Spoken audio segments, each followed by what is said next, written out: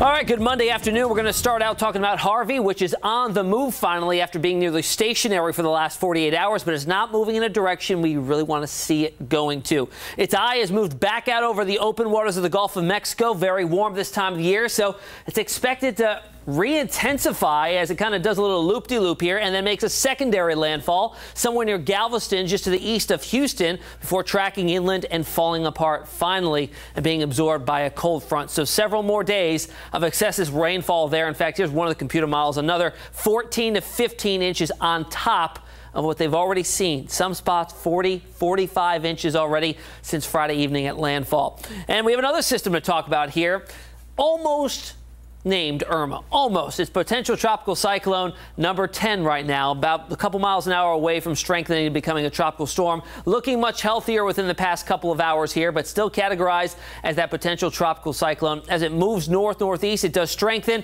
tropical storm status as it moves over the Outer Banks and just far enough away from Norfolk that we're not going to see the direct effects, but we will have some rain and also some wind as it moves on out to sea and draws it down behind it. The tropical storm watches that were up have all been upgraded to tropical storm warnings, stretching as far north as the Albemarle Sound, including Nags Head and Kill Devil Hills. On top of that, flash flood watches have been extended farther north to include southeastern Virginia. That includes Norfolk, Portsmouth, Virginia Beach, Chesapeake, and over to Suffolk as well. And then on top of that, we have high wind watches up that have also been expanded, this time to include the eastern shore, in effect tomorrow, with gusts in excess of 65 miles an hour, really right along the immediate coastlines there. All right, so our threats that we're going to be looking at is going to be some flooding, especially southeast, where we're going to see 1 to as much as 4 or 5 inches. The wind that'll be gusting as high as 65 miles an hour. That coastal flooding at times of high tide.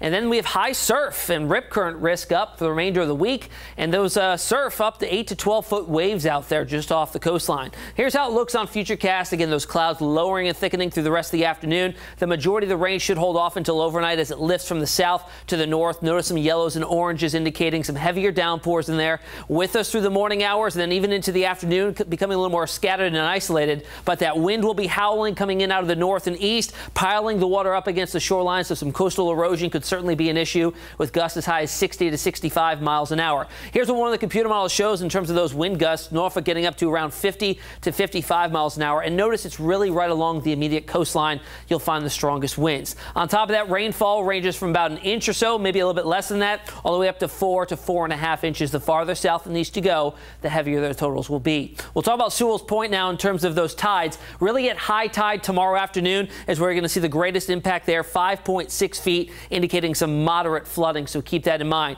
Also, that rip current risk all up and down from Virginia Beach down south through Hatteras Island and even south of there, high rip current risk with 8 to 12-foot waves, not only today but into tomorrow as well. So here's how things look today, or right now 78 with a dew point of 67. Elsewhere, everybody else in the upper to middle to upper 70s to around 80 as well. 82 Williamsburg, 78 in Portsmouth. Those winds are howling as well, coming in out of the north to northeast at around 20 to 25 miles per hour, and that's going to bring us some blustery conditions for the remainder of the day. So here's your 7-day forecast.